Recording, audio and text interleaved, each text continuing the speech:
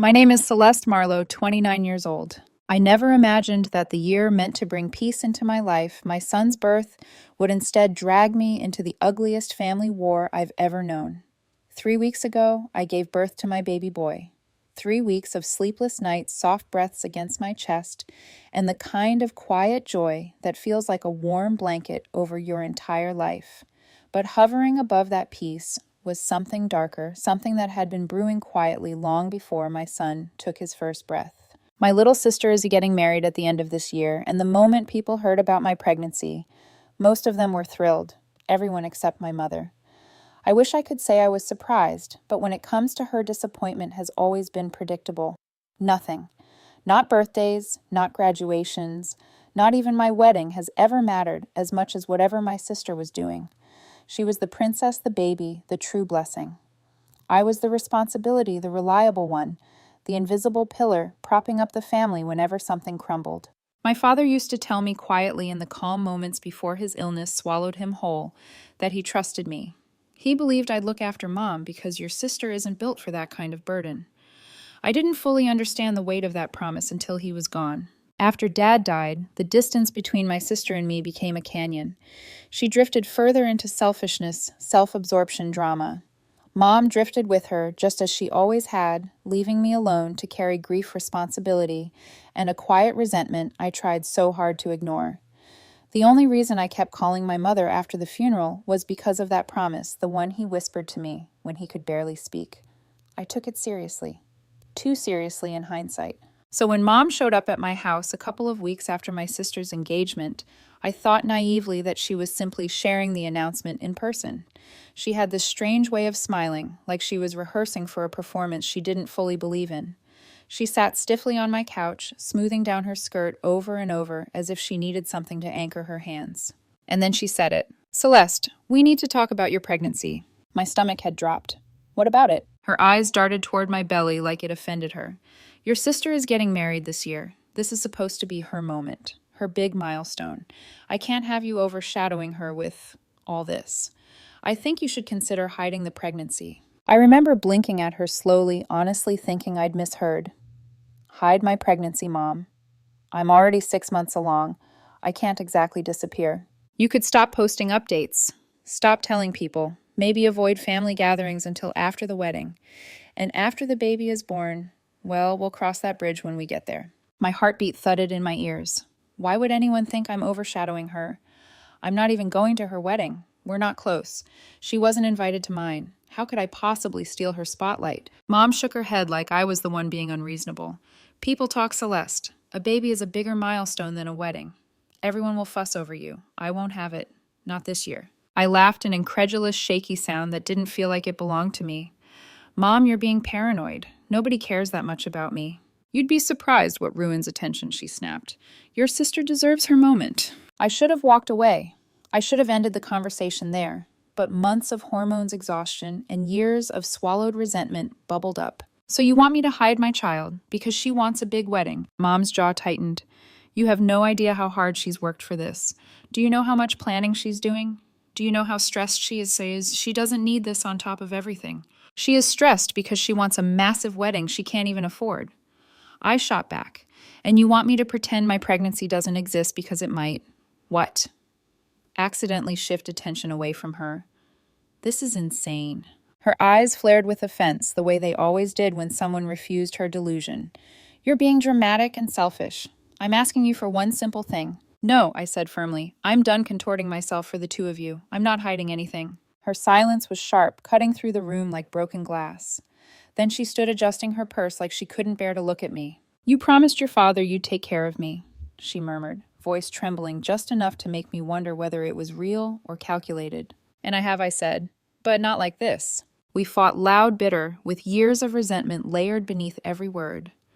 By the time she finally stormed out, slamming the door so violently my front window rattled, I felt shaken to my core, but I also felt liberated. I didn't call her again after that. She didn't come to doctor appointments. She didn't check on me when I nearly fainted one afternoon. She wasn't even there when I went into labor. My husband called her from the hospital. She picked up long enough to say, "I'm busy right now," before hanging up. Busy. On the day her grandson was born. But heartbreak fades when you have a newborn. All that mattered was the tiny boy with bright, curious eyes and impossibly delicate fingers. Between my husband and his family, I felt supported, loved, safe. For 3 peaceful weeks, I heard nothing from her. Then, one morning, while I was feeding my son, my phone started buzzing. Mom's name. I declined. It buzzed again, then again. I ignored every call until the barrage of frantic texts came in. Answer the phone, it's an emergency. Please, Celeste. Please pick up. My stomach twisted. A part of me thought maybe she's hurt. Maybe something happened to my sister. Against my better judgment, I answered. The moment I said hello, I heard her panicked breathing. Celeste, she choked out. I did something terrible. You have to help me. Please, please. I don't know what to do. Her voice trembled so violently I had to press the phone harder to my ear. What happened? I asked, tension crawling up my spine. There was a pause, a long, shaking inhale. Then, it's about the baby. The room suddenly felt too small, the air too thin. My son squirmed in my arms, sensing the shift. What about him? I whispered. And then my mother said the words that would turn my entire world upside down. I tried to put your baby up for adoption. I didn't breathe for a full 5 seconds. My mother's voice crackled through the phone, shaky and rushed. But my mind went silent, completely, eerily silent, like it had slammed a door shut to protect itself from what I'd just heard. What I finally managed, my voice scrapping out of my throat like it was made of sandpaper. I made a mistake, she stammered. I got scared. I thought it was the only way. Your sister, she's overwhelmed, and the wedding. Everything is falling apart, and you weren't listening to me, and— Mom, I said sharply, tell me exactly what you did. My baby shifted in my arms, his soft breaths brushing against my wrist. The contrast between his fragile warmth and the coldness spreading through my chest made my stomach twist. My mother took another trembling breath. I contacted an adoption agency. I told them you and your husband were addicts, and that the court deemed you unfit to raise the baby. My hand flew to my mouth. What the hell is wrong with you? I know, she cried. I know it sounds bad, but you need to listen. Bad. My voice cracked. You tried to erase my child from my life. You forged documents. You told strangers we were unfit parents. You tried to give my son to someone else. I didn't mean for it to go this far, she insisted. I thought if they believed I had power of attorney. You what? I told them I had it, she whispered, that the court gave me custody. They asked for paperwork, so I made some. I froze. Not a muscle moved. My body didn't even feel like mine.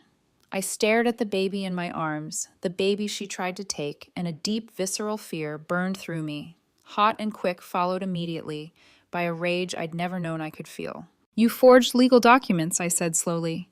You pretended I was an addict. You pretended I didn't want my own child. You, my God, you actually tried to hand him over.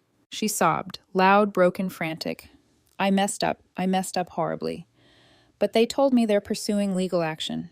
Fraud, misrepresentation, false documentation. Celeste. I could go to jail. You have to help me. I closed my eyes.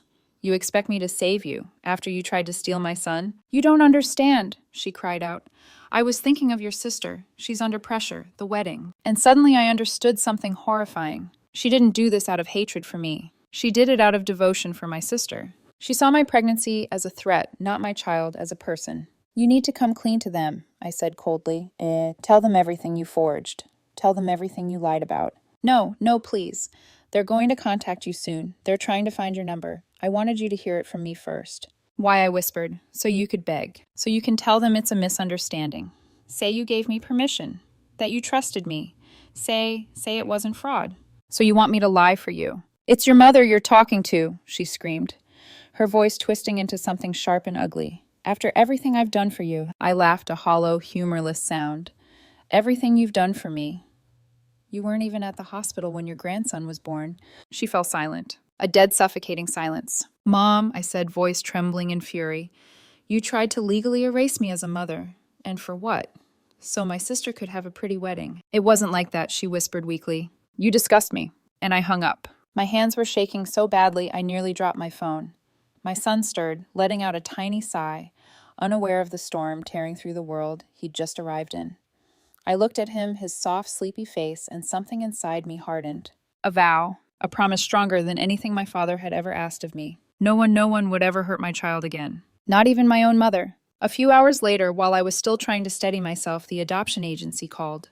I'd expected professionalism, but not the gentleness in the woman's voice. Mrs. Marlowe, she said slowly, I'm so sorry, but we need to inform you that someone presented fake documents claiming authority over your child.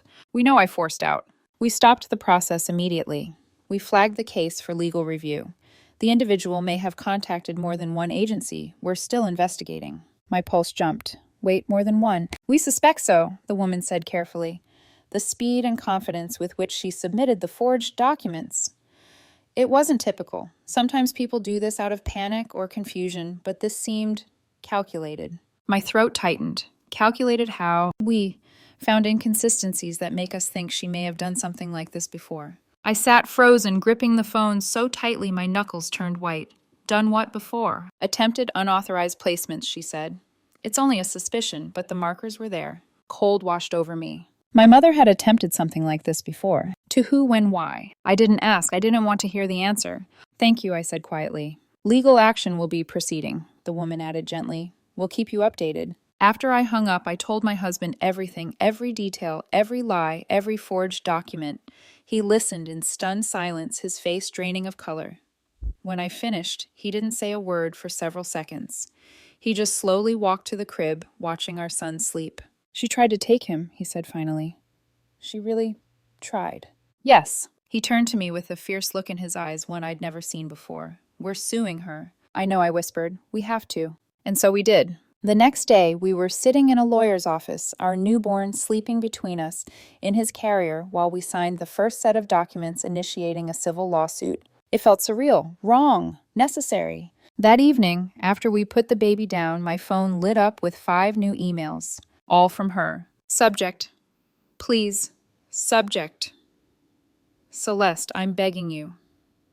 Subject, you promised your father. Subject. Please don't do this. Subject, help me. I didn't open a single one. But then the 6th message came. Subject, he would be ashamed of you. And that one I opened.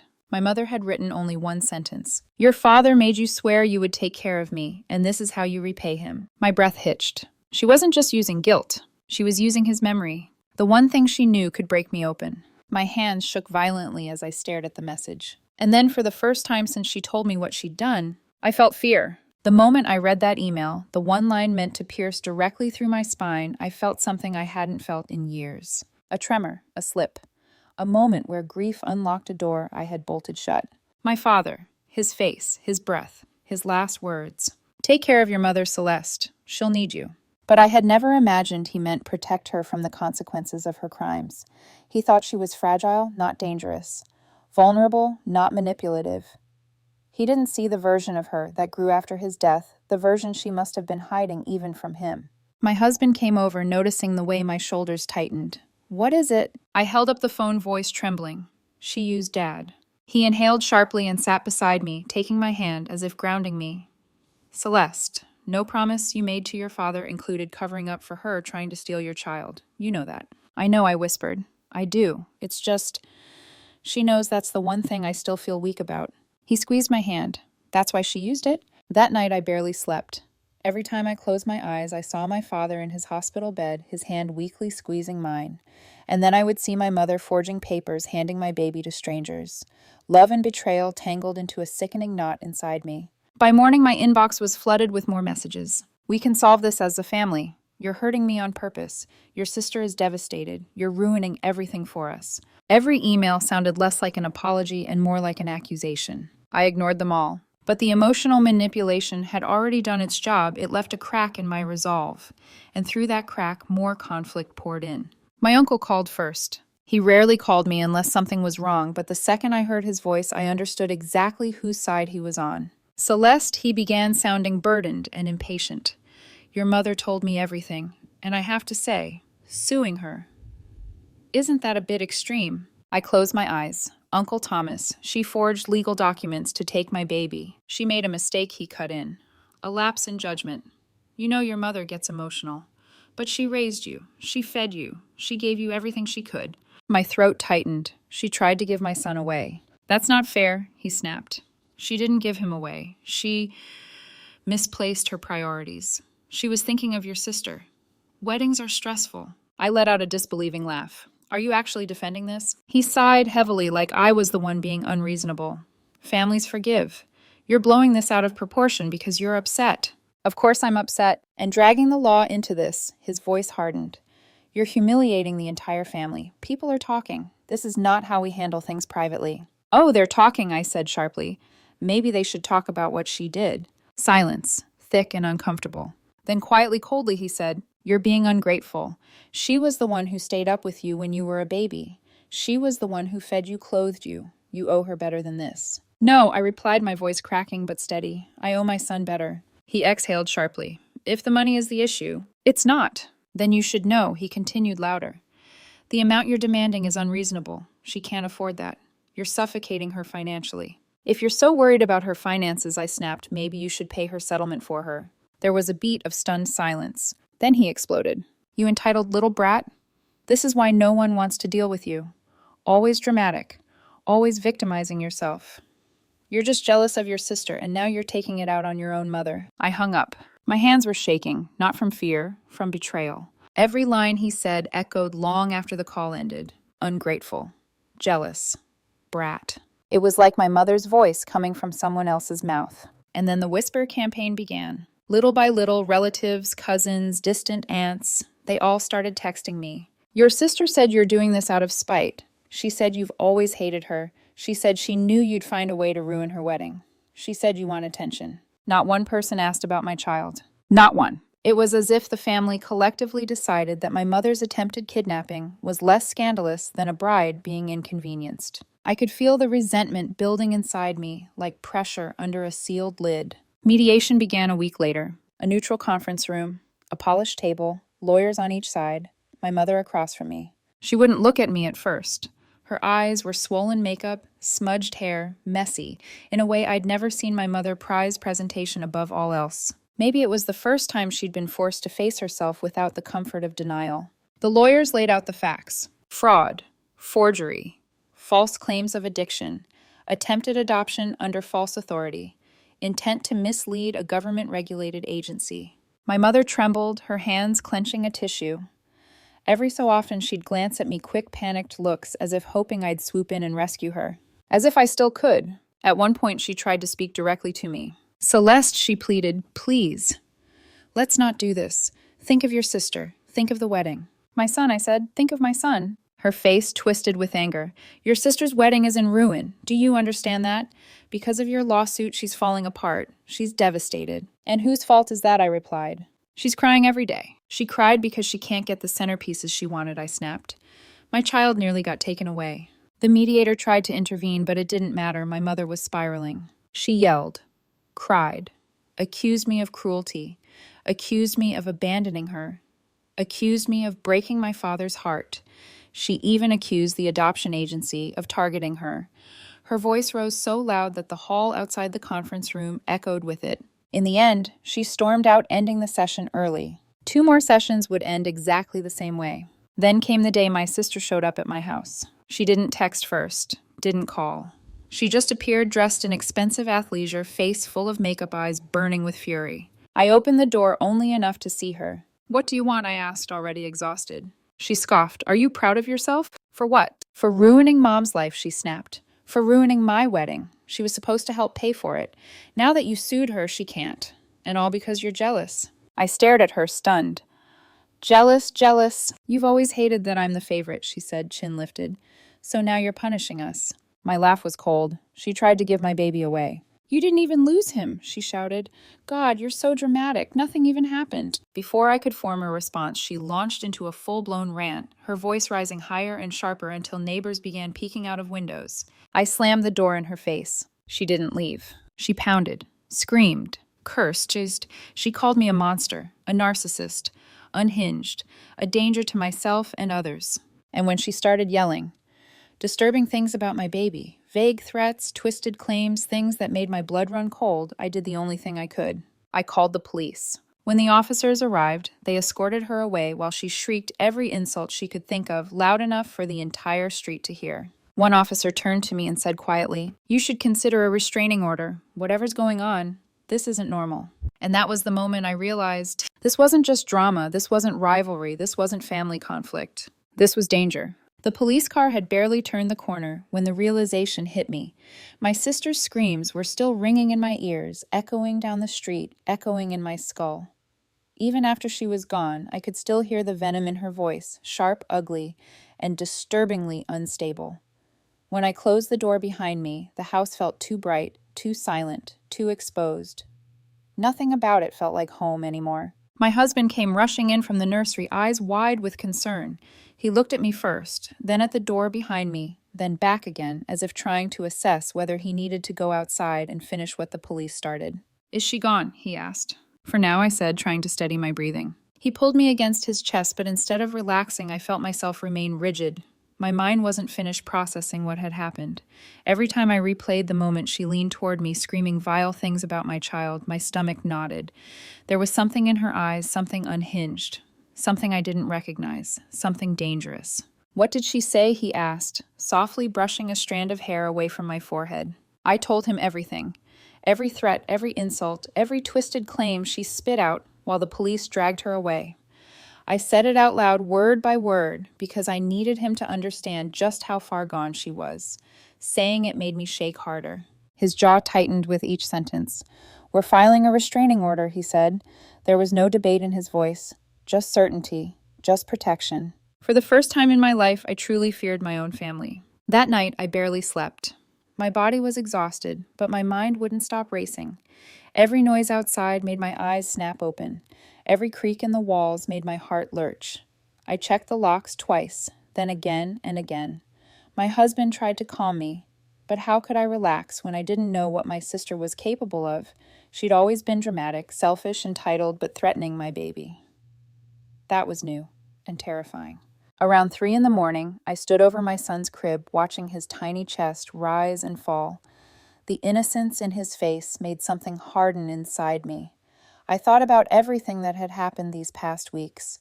The forged documents, the adoption attempt, the screaming, the accusations, the threats. That was when the decision formed solid and undeniable. We needed to leave. The next morning, while sunlight barely crept across the living room floor, I told my husband, "Let's move. She knows where we live. Mom knows. Everyone knows.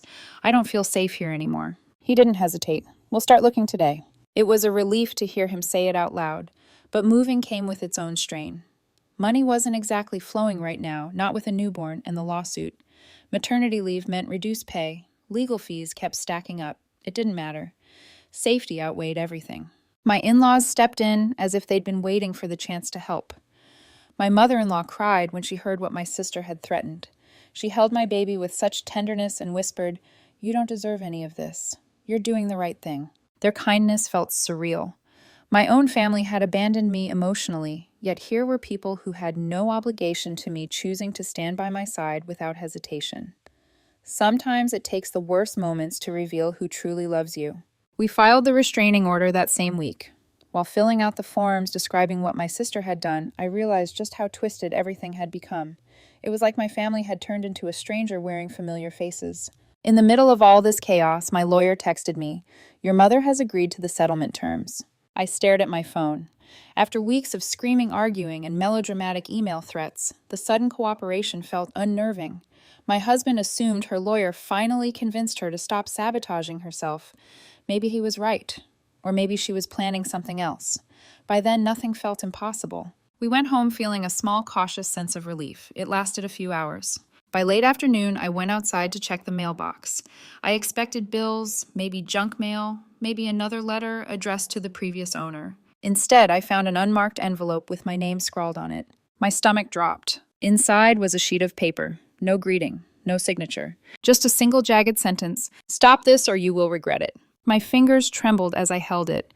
The handwriting didn't look like my mother's, or my sister's, but it was rushed, messy, angry, familiar in its desperation. My husband saw my expression and walked over quickly. When he read the note, his whole face changed. Something protective and furious flashed in his eyes. "We're calling the police," he said. And we did. The officer who arrived took a picture of the note and filed a report, but without fingerprints or a return address, there wasn't much they could do. "Could be a prank," he said, but his tone suggested he didn't believe that any more than we did. We were learning painfully that danger didn't always come from the person shouting the loudest. Sometimes it hid behind silence, behind jealousy, behind loyalty to the wrong person. The days that followed were a blur of stress. We kept packing. I wrapped picture frames in old newspapers while the baby slept in his little bouncer. Everything felt symbolic. Every drawer I emptied felt like I was pulling pieces of my past out of my chest. Every box I sealed felt like a step away from the life I was trying to leave behind. The hardest box to pack was the one with my father's belongings. His old watch, his worn books, the photo albums he loved flipping through after holiday dinners. I sat on the floor holding one picture, me and my sister as kids, on each of his knees, my mother smiling behind us. Where did it all go wrong? Did it happen overnight, or slowly, so slowly, that none of us noticed until the damage was irreversible? I didn't have an answer. I wasn't sure I wanted one. 3 days before the verdict hearing, something happened that cut through every last bit of numbness inside me. It was nighttime. The baby had fallen asleep early. My husband was in the shower. I sat on the couch scrolling through apartment listings trying to imagine a new life, a new home, a place untouched by betrayal. Then my phone buzzed. Unknown number. Normally I would have ignored it, but my gut twisted. Something told me to pick up. Hello, I said cautiously. For a moment I heard nothing, just breathing. Soft, shaky, almost frightened. Who is this? I asked. A beat of silence. Then a trembling voice, barely above a whisper, said, You don't understand what your mother is capable of. My heart dropped. Who is this hello? The line went dead. I stared at my phone, pulse hammering the weight of those words, sinking deeper than any threat, any scream, any accusation ever had. Because someone out there, someone who sounded terrified, was trying to warn me. And that meant one thing. This wasn't over, not even close. When I heard that voice whisper, You don't understand what your mother is capable of. Something icy settled deep in my spine. It wasn't the usual fear, the kind that comes from yelling or threats or chaos. This was different, deeper. Like someone had peeled back a layer of my world and revealed something I'd never seen before. When my husband stepped out of the shower a few minutes later, water still dripping from his hair, he immediately noticed my face. What happened, he asked. I replayed the call for him, every word. Every silence, the way the voice trembled like whoever it belonged to was terrified. He stood perfectly still as he listened. When I finished, he ran a hand over his face and exhaled slowly a long, heavy sound. We're telling the lawyer, he said. And the police, I added. And the police, he agreed. We didn't try to guess who the caller was. Sister, mother, uncle, someone from the gossip circle of relatives at that point. I couldn't imagine anyone in my family doing anything rational. But the voice had sounded strained, almost apologetic. Not my mother, not my sister, and not my uncle, who would rather choke than admit Mom did anything wrong. Whoever it was, they weren't calling to threaten me. They were calling to warn me, and that made it worse. The next morning, I forwarded the call details to my lawyer, who said he would notify the prosecutor. He told us to stay alert, but not panic. That was easy for him to say. He wasn't the one whose mother forged legal documents to steal her baby. The verdict hearing was in 2 days. 2 days until everything finally came to a head. The courthouse waiting room was brighter than I expected, white walls, sunlight spilling in from high windows, a faint hum of fluorescent lights. I sat on a wooden bench outside the courtroom, my hands clenched together, my breath shallow. My husband sat beside me, calm but steady, like he knew I needed someone solid to hold on to. The prosecutor walked up to us. You'll likely be called after the adoption agency representative, he said. Just breathe. Just tell the truth. I nodded. I had nothing but the truth. When the courtroom doors opened, I felt my chest tighten. As we walked inside, I saw her. My mother. She sat at the defendant's table wearing a pale blouse and a skirt I recognized one she wore to church for years. Her hair was brushed neatly, her makeup was light, but her face, that wasn't the face I grew up with. This version looked hollow, sagging, almost frightened. She glanced at me only once, and when she did, her eyes flinched away as if touching my face burned her. The judge began with a calm voice reading through the charges. Fraud, forgery, false representation, attempted unauthorized adoption. Even hearing the words felt surreal. Every legal term was another punch to the gut, reminding me, yes, this really happened. This wasn't a nightmare you dreamed postpartum. The adoption agency representative testified first. She explained everything professionally, how my mother had walked in confidently, how she claimed I was an addict, how she provided official-looking documents that fell apart under verification. She explained how my mother argued with staff when they questioned her, how she insisted she was the custodial guardian, how she had tried to push the process through quickly. The courtroom was quiet. No one interrupted, not even my mother. Then they called me. I stood up, legs shaking, and walked to the witness stand. My husband squeezed my hand before I let go. I swore to tell the truth, and felt the judge's gaze resting on me with something like sympathy. Ms. Marlowe, the prosecutor, began gently, "Please describe your relationship with the defendant prior to this incident." I started from the beginning, the favoritism, the death of my father, the promise I made, the distance, the strained relationship with my sister. My voice wavered when I reached the day my mother confronted me about hiding my pregnancy. I described the argument, the silence that followed the day of my son's birth when she didn't show up. Then I spoke about the phone call, where she confessed what she did. The courtroom was silent, except for my voice shaking on the words. She told me she had tried to put my baby up for adoption. When I said those words, my mother covered her mouth with one hand. For the first time, she raised her eyes to look at me. Her expression twisted not with regret, not with sorrow, but with something like bewilderment, as if she couldn't understand how her own actions had brought her here. When I finished testifying, I walked back to my seat. My husband whispered, "You did perfect." The defense didn't have much to argue. They tried to paint my mother as emotionally unstable, grieving, overwhelmed by the pressure of planning a wedding with my sister. They argued temporary lapse of judgment, emotional breakdown, poor mental state. Their strategy was clear blame, everything on stress and mental fragility. The judge wasn't buying it. After closing arguments, we were dismissed for a 30-minute recess.